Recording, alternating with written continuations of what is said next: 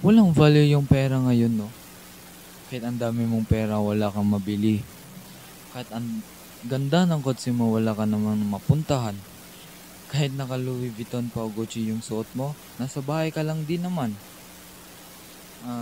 In this time of crisis, you'll appreciate more all your memories and quality time with your families and friends. Yun lang yung meron tayong lahat ngayon. Yung dating masayang alaala natin, yung wala pang lockdown, ang kagaya ng paggala sa ating mga kaibigan, sa ating pamilya.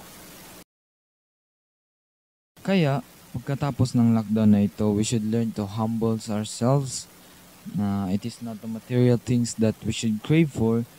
It is about our relationship with God and the memories and the legacy that we will leave to our children. That's all.